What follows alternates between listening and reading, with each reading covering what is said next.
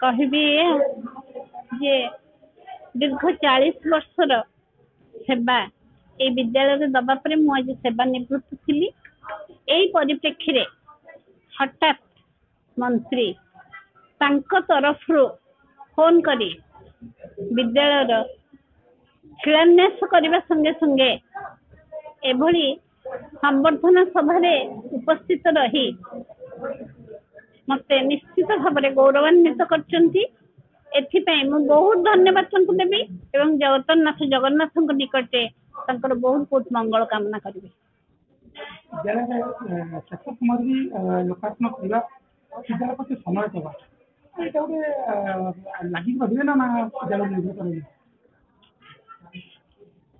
विद्यालय सहित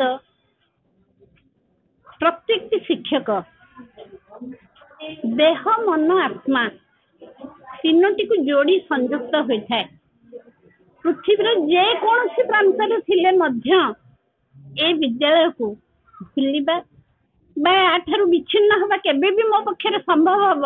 मु कहीं निज भीतर अनुभव करी नाही। समय तो सबुठारु बड़ बलवान। आगामी समय कहब जे विद्यालय सहित मोर पूर्वर संपृक्ति एवं आगामी दिन संपृक्ति भितर प्रभेद कौन अच्छी न अच्छी।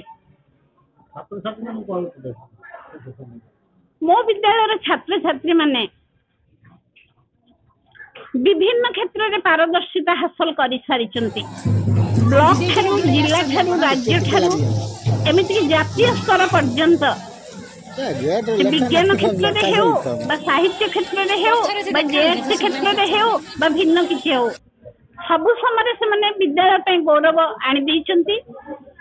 से छात्र छात्री मान पुणी थे शेष दिवस रे मो अनुरोध रखी जो स्वतंत्रता अवलंबन करते आचरण विधि संस्कार शिक्षा सहित संस्कृति भावापन्न होगापी से जो अनुप्रेरणा दिखाई निश्चित भाव में भविष्य जीवन में कार्यकारी करेंगे। दीर्घ 40 वर्षर सेवा से दे सारी गोटे झाटीमाटी घर को एत संघर्ष सरत होगी बहुत किसी उन्नति कर आशा करूँ जे जहाँ किसी भी आहरी उन्नति हो जाए जहाँ भी किसी स्वप्न थिला विद्यालय को लेकिन जिते उन्नति चरम सीमार पहुंचेबे से सफल हो एतिकी काम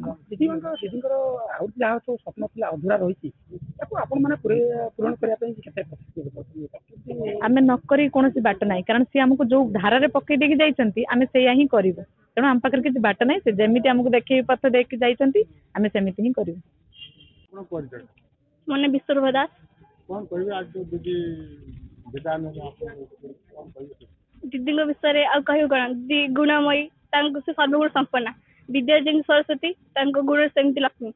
आमती आम शिक्षा देते सेमती आम केयर भी करते सेमती आमको भल भी पाते पुओ झील भाई आमको देखुले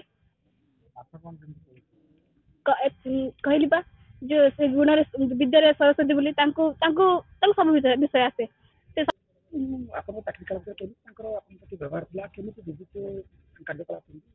मु मात्र 1.5 वर्षर बर्तमान मु मैडम को 1.5 वर्ष मात्र जानी किंतु से 1.5 वर्ष भीतर मैडम को बहुत माने पाखरु देखी मैडम तो आमर माने हेडमिस्ट्रेस नथिले से आमर माँ थिले बहुत विषय आम से बहुत कथा